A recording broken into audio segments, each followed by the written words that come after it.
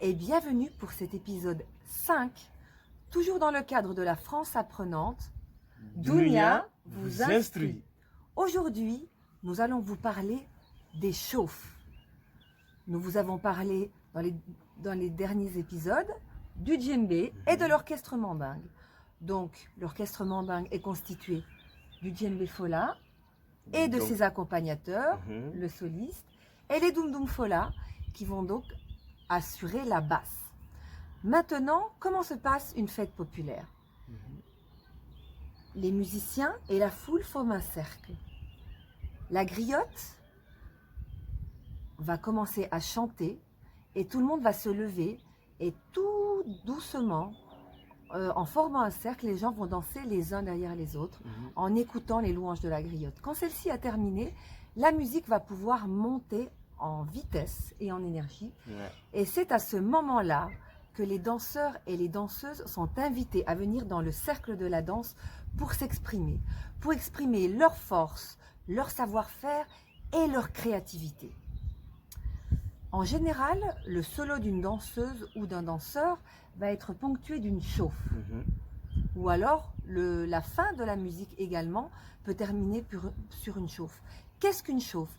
C'est vraiment une montée progressive, mais très très puissante en énergie, pour terminer vraiment dans une sorte de frénésie rythmique. C'est ça, non? C'est ça. Donc, la chauffe, il est très très important de pouvoir la danser sur le bon tempo. Et comment faire? Savoir reconnaître les familles de rythmes binaires ou ternaires.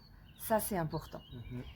C'est pour ça que nous allons vous expliquer sur les binaires et sur les ternaires comment nous allons chauffer. Mais avant ça, écoutons d'abord la chauffe des rythmes binaires.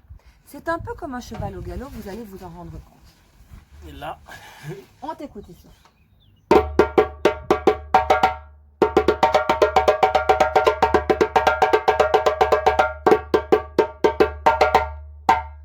Et pareil, un cheval toujours au galop, mais avec un autre tempo sur les rythmes ternaires.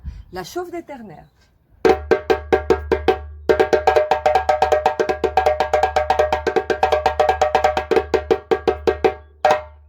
Très bien. Alors maintenant, on va le faire en mouvement.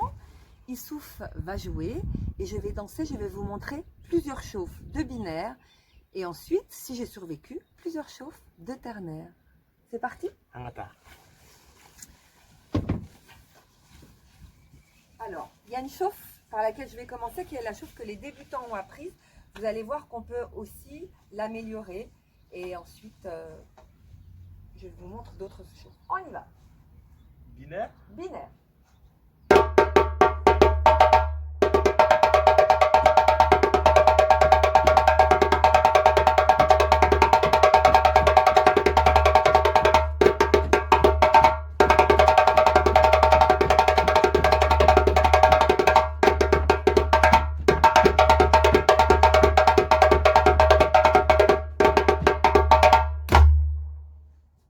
Ça, c'était les rythmes binaires.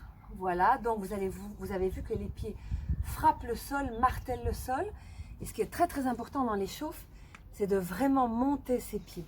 Il ne s'agit pas juste de marquer le temps, mais de bien monter les genoux et de s'appuyer sur le sol pour s'élever. Au secours, Issouf, je vais mourir. Ah non, oui, ça va aller, ça va aller.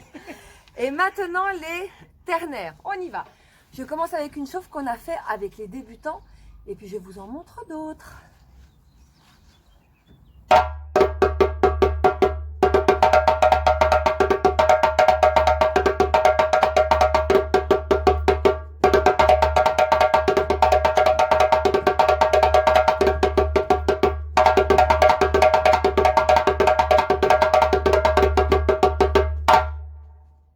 Voilà, c'était un épisode sur les chauffes.